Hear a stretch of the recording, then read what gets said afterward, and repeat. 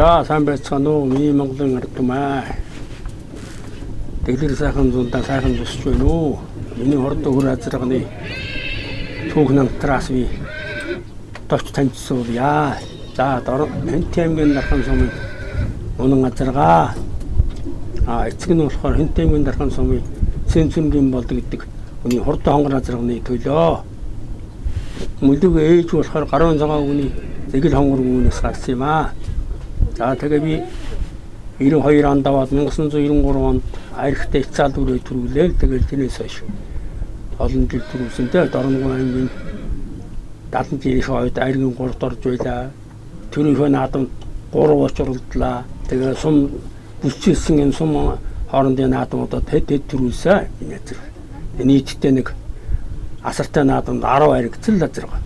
Жижиг юмд харагдаагүй юм их. Ийш уяагүй энэ харагдаагүй.